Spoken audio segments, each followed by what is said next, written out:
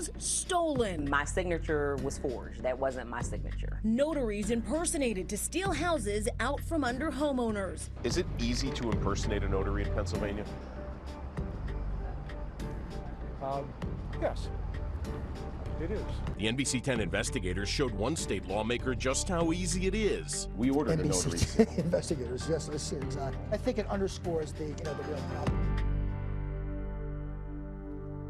Believe it or not, it is too easy to steal a house, actually steal someone's house and then resell it. It's happening so often in Philadelphia. There is a task force now focused on this problem. Investigative reporter Mitch Blocker found every fraudulent transaction has a common theme, a Pennsylvania notary stamp.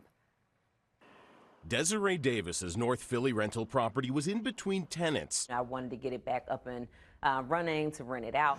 But she never got the chance. Someone stole it first. Someone had actually signed the deed, forged my name, and basically they were the new owners of the property. And the person didn't just steal it, they sold it. The deed shows the property sold to Timeless Investment LLC for $6,500. Timeless's owner told Davis the company was duped by the same fraudster into buying the property. The document was notarized using a licensed notary's name. The notary stamp was forged. Her signature was also forged. The owner of Timeless Investment filed the deed with the city. The Philadelphia Records Department thought it was real. Right now, do you verify that signatures are legitimate?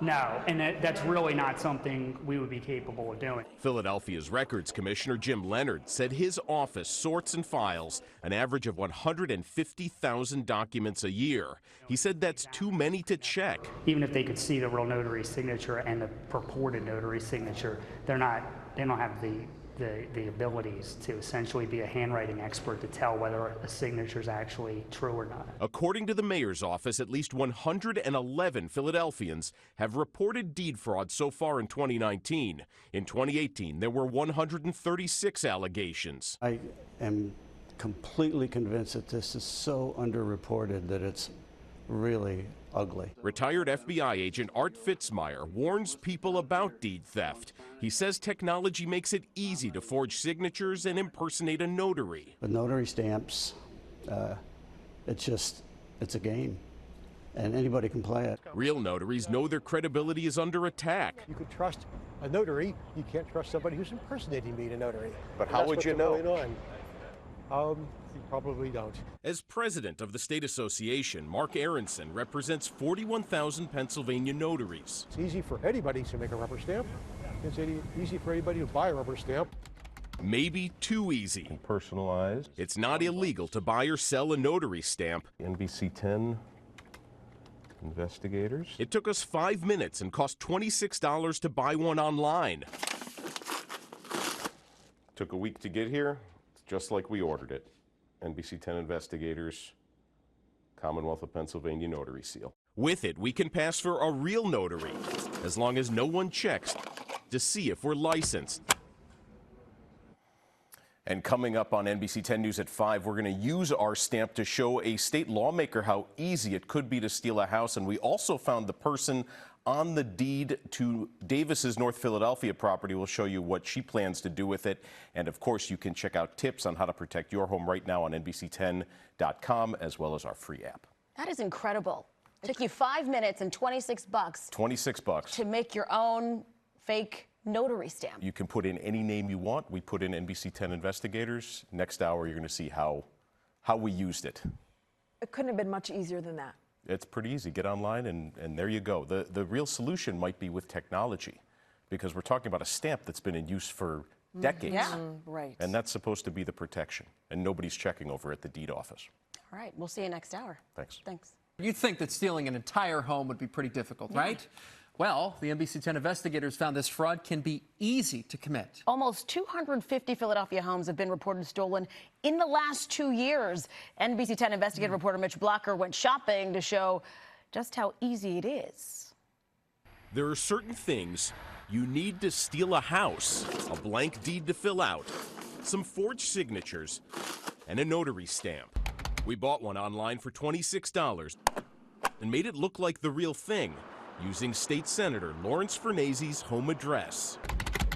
It certainly has my address here where I live.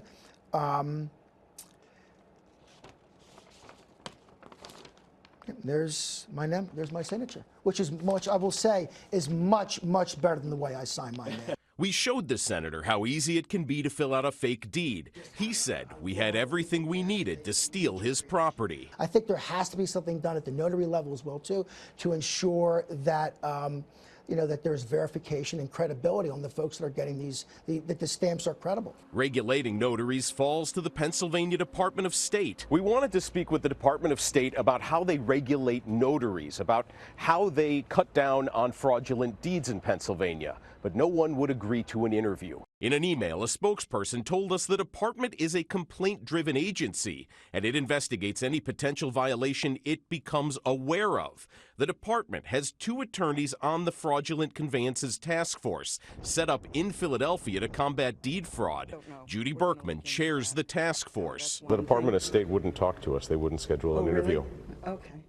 Well, we haven't talked to them either. I mean, they're part of our task force, but they haven't come in person. After we asked for clarification on its task force participation, a Department of State spokesperson emailed saying their attendance at those meetings was prevented by significant conflicts, such as court hearings and mandatory continuing legal education. The spokesperson went on to say the task force doesn't offer a conference call option, but the department's representatives are in contact with other task force members for updates and provide input. Deed fraud. Berkman said the group is looking at notaries and better ways to identify the fakes, but isn't ready to release recommendations. I need to get the house back. Those recommendations will come too late for Desiree Davis. Last March, her North Philly rental property was stolen and then sold.